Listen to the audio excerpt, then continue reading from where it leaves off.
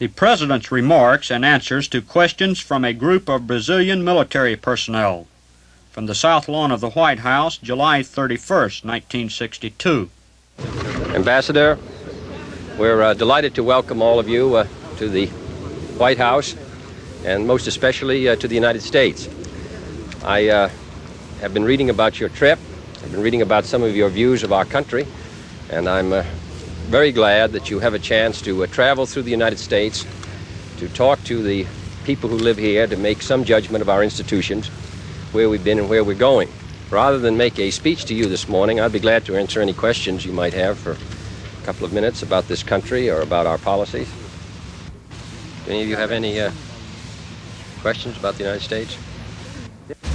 Mr. President, I should like to say to you that this contact that I've had the opportunity to have with your country and your people here in this highly developed country have left a profound impression, at least on my spirit.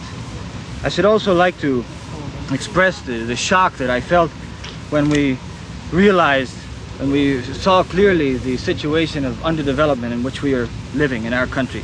In view of this, I should like to ask you, Mr. President, what would be the reaction of the U.S. government in the event that we were to socialize the means of production in our country as a way to more effectively wage the battle against underdevelopment?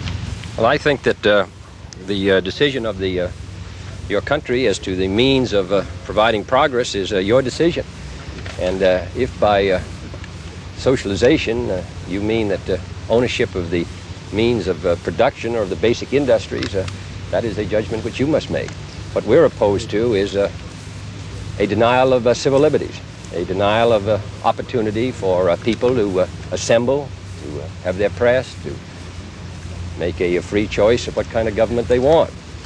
If they choose freely, for example, Great Britain in 1945 chose a socialist party which nationalized some of the means of production. Other countries with whom the United States has had friendly relations have made that kind of a choice themselves. We prefer another means of we prefer the competitive market economy here under we believe that by free competition we can satisfy the needs of our people best. Every country must make its own choice. But if whatever choice Brazil makes, a free choice, of course, is their decision. But these phrases about socialization are used rather loosely.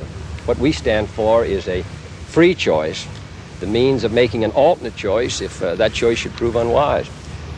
So that it is our belief that through a system of freedom, we can best achieve the satisfaction of the desires of the people. I noticed that some of you felt that this country, in a story I saw in the paper a couple of days ago, that this country was dominated by the business community and that the government was dominated by business. That will come as a great shock and a source of pleasure to the business community here in the United States. We regard business, labor, the farmers, the general public interest, we regard the public interest as preeminent. And we believe that the competition of our enterprise system is best provided for our people. Now, you may decide that, or you may decide on another course of action. We would accept that as long as it represented a free choice. What we're against is tyranny. May I I noticed in the paper the other day that in the story about some of you expressing your views about the United States, and you said that it seemed to me that many of the points that you were making about this country really are almost 50 years old. That the view that you have of Western Europe and the United States and its economic and political and social development really are views that are pre-World War I.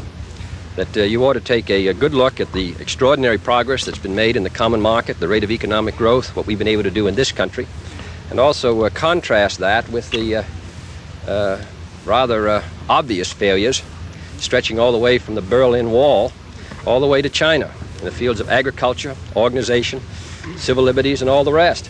I think that those of you who are students, particularly those of you who may be somewhat attracted by Marxist dogmas and philosophies, should take a look at this country, the relationship between the government and the citizen, between the various groups in our society, the extraordinary progress of Europe in the last 10 years, and the failures behind the Iron Curtain before making a judgment that what is needed in your country or in any other underdeveloped country is a revolution, a class struggle, a denial of liberty, and all the rest.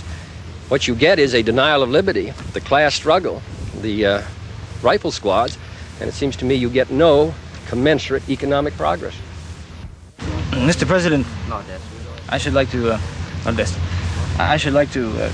submit a request to you at this moment.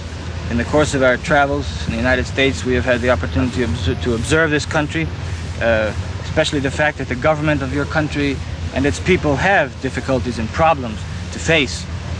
As an example, the bill that the bill that you submitted to Congress for approval for aid to senior citizens of your country that was rejected by Congress during this session was indeed a bill highly worthy of the democracy that prevails in this country. So that during the course of our trip here, we have had the opportunity to see that whereas before our concept was that the United States was a country that had no problems, we see indeed that the United States has many problems to face.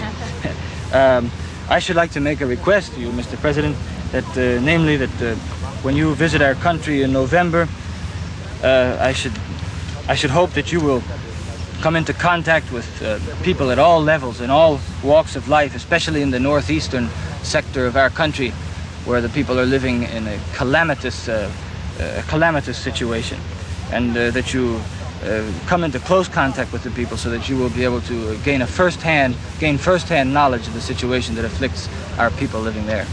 I will. But I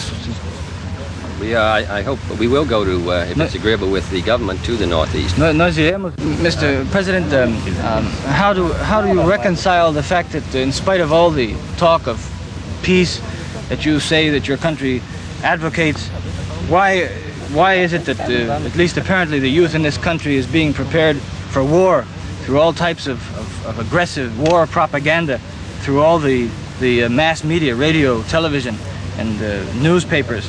For instance, last Sunday on television we saw 2 to 3 hours of programs about military programs. It would seem that in this country, instead of orienting the conscience of the people toward peace, it seems that you are orienting them in a way that reminds us of the Germany of Hitler, the militaristic Germany of Hitler. I think that we've made it very clear that there isn't going to be any winner of the next war. No one who is a rational man can possibly desire to see hostilities break out, particularly between the major powers which are equipped with nuclear weapons.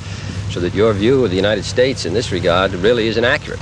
We certainly desire peace, and I'm not aware that of any action which the United States has taken since the end of the Second War which has not been in the direction of securing peace. We have not been guilty of aggression against our neighbors. We occupy no territories. Any troops of the United States which may be stationed abroad are there at the request of the country in order to participate in their defense. The United States believes in national sovereignty, national independence, individual security and liberty, and that is the objective of our policy. Now, we are at Geneva taking part in a disarmament conference. We will accept and have sought for a number of years a nuclear test ban. We have sought a program of general disarmament with inspection. We've been unable to secure the agreement of the Soviet Union, but we shall keep at it. So whatever the television may have been on Sunday, and I was not observing it, I can tell you this is a very peaceful country, and that anyone who desires war these days is insane. We arm to protect our security, but I can assure you that the United States will not be guilty of aggression, though of course it will meet its commitments to people and to countries. In any case, I want to express our thanks and welcome you here. We have a new cabinet official who's going to be the Secretary of Health, Education, and Welfare, who we have to swear in. Perhaps you could just stay and watch the ceremony if they have a minute. Mr. President, the students wish to express their appreciation for the welcome that you gave them and they've received in this country. Thank you very much.